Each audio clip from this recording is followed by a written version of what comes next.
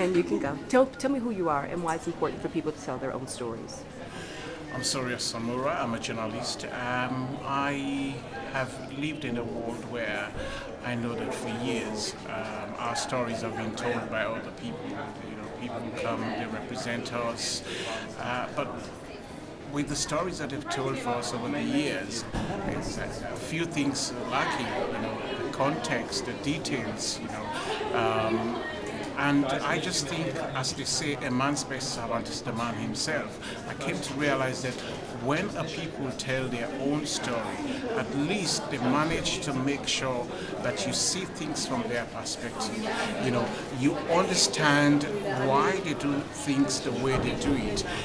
They don't judge themselves. They tell you as it should be, rather than when you come in and attempt to judge these people. And this is why I think, doesn't matter who you are.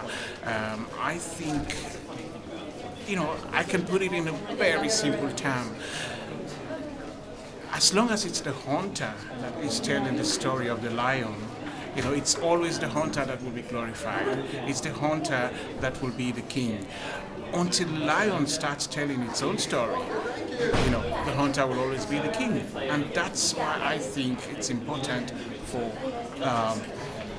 people in the developing world in particular to be able to articulate their own stories, their own situations, so that people will see things from the way they see it. Because if you have a prism and you're looking at the prism from the bottom up, you would see all the dirt, you will see the things that are blocking the prism, rather than if you look at the prism from the top down, you might not be able to go through some of the layers there. Clearly, as I said, if you want to know why the water is dirty, you've got to go to the bottom of the seabed. And only the people who have their stories, who own their own stories, will be able to tell their stories from the bottom up or show you why the seabed is dirty.